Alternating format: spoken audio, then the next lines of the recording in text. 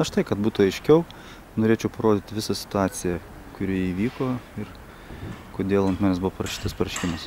Čia stovi mano automobilis, kurį aš laikau pastoviai jau 3 metų, jisai stovi šičia. Ten tolumoje matosi tas daugiabutis, kuriame aš gyvenu. Taigi nueikime tenais, kur atsitiko incidentas.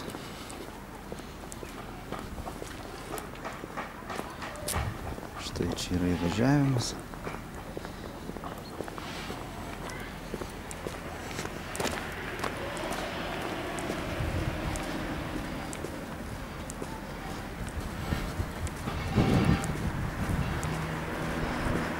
Na va, matot, čia yra vienos iš kaimynių, kuri liudijo, kad aš statau automobilį prie laiptinės.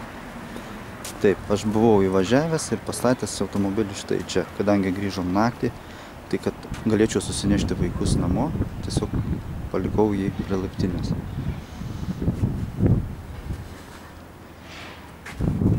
Štai va stovi dar vienas automobilis. Čia stovi dažnai dar vienas automobilis, kuris veža dizeliną ir prekiauja dizelinu šitam sandėliukė. Na va. O aš per 3 metų pastatęs vieną kartą kieme savo automobilį, buvau apšauktas kaimynių ir išvadintas chuliganu.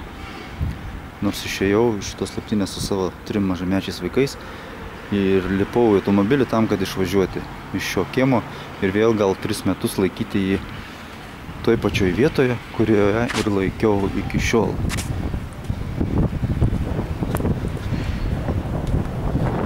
Štai tenais, kuris dabar ir stovi prie gatvės.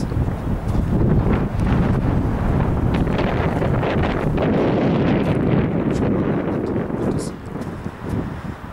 3 langai daugiabučio, pirmam aukšte.